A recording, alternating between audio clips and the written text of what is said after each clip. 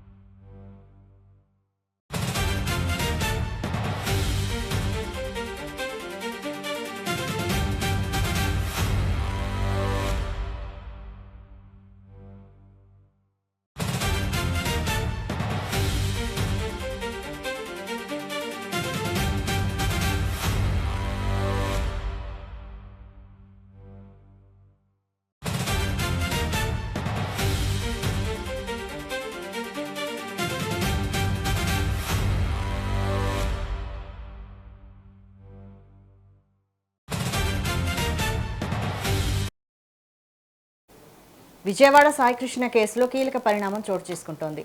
తన కుమారుడిని చంపేశారని తొలి నుంచి ఆరోపిస్తున్న సాయికృష్ణ తల్లి రెండో అడిషనల్ మెట్రోపాలిటన్ కోర్టులో పిటిషన్ వేశారు. సిట్ కాకుండా జ్యుడిషియల్ విచారణ జరిపించాలని ఆమె కోరుతున్నారు. ఇవాళ పిటిషన్ విచారణకు రానుంది. ఇక దీనికి సంబంధించి మరిన్ని అప్డేట్స్ విజయవాడ నుంచి మా ప్రతినిధి వెంకట్ లైవ్ లో అందిస్తారు. వెంకట్, వైశాలి ప్రధానంగా చూసుకున్నట్లయితే రాష్ట్ర వ్యాప్తంగా సంచలనం రేకెత్తించిన విజయవాడలోని రౌడీ షెడ్డర్ కాదే సాయికృష్ణ సంబంధించిన మిస్సింగ్ కేసు కాస్త ఇప్పుడు హత్య జరిగింది. అదే విధంగా అతని మృతదేహాన్ని దహనం కూడా చేసేశారు.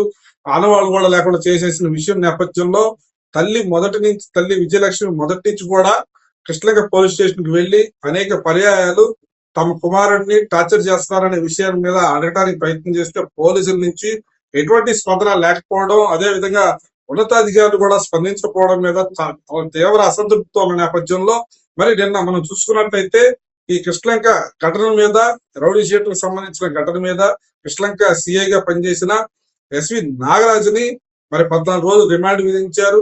జైలు తరలించిన నేపథ్యంలో మరి అదే విధంగా ఈ సిఐ నాగరాజు సంబంధించి జైలు తరలించినప్పటికీ కూడా మరి విజయలక్ష్మి ఎవరైతే ఉన్నారో ఆమె వెంటనే మళ్ళీ మరో పిటిషన్ వేశారు. రెండో అడిషనల్ మెట్రోపాలిటన్ కోర్టులో పిటిషన్ దాఖలు చేశారు. ఎందుకంటే తమకి కస్టోడియల్ డెత్ మీద సిట్ విచారణ కాకుండా కేవలం మన జ్యుడిషియల్ గానే మాత్రమే విచారణ చేసి తమకు న్యాయం చేయాలని, తమ కుమారుడికి జరిగిన అన్యాయం మీద న్యాయం జరగాలనే విషయాన్ని అయితే మాత్రం పిటిషన్ ద్వారా వివరించారు. ఈ రోజు ఆ పిటిషన్ విచారణ రానుంది. రెండో అడిషనల్ మెట్రోపాలిటన్ కోర్టులో ఈ పిటిషన్ విచారణ రానున్న నేపథ్యంలో మరి న్యాయమూర్తి నుంచి ఏ విధంగా సమాధానం వస్తుంది, ఏ విధంగా వస్తుందనే విషయాలన్నిటి కూడా మరి కొద్దిసేపట్లో తెలియనున్నాయి. మరి పిటిషన్ అయితే ప్రస్తుతం అయితే మాత్రం విచారణ పరిధిలో ఉందని చెప్పుకోవచ్చు. జ్యుడిషియల్ విచారణ తర్వాత మరి ఏ ఏ విధంగా చర్యలు ఉంటాయనేది కూడా ఎదురు చూడాల్సిన అవసరం ఎంతైనా ఉంది. మొత్తానికి ఈ సిఐ కృష్ణకి సిఐగా పనిచేసిన నాగరాజు అరెస్టు తర్వాత అనేక కీలక విషయాలు అయితే వెలుగులో చూస్తున్నాయి. దీంతో మరి ఇదే కోర్టుకు సంబంధించి కోర్టులో తీసుకెళ్లిన నాగరాజ్ సమక్షంలో కొంతమంది న్యాయవాదులు కూడా స్వచ్ఛందంగా బయటకు వచ్చి ఈ కేసులో విజయలక్ష్మికి అండగా ఉంటామని ఈ విషయం మీద ఆమెకి న్యాయం చేస్తామని అయితే చెప్పడం జరుగుతుందని చెప్పుకోవచ్చు వైశాలి.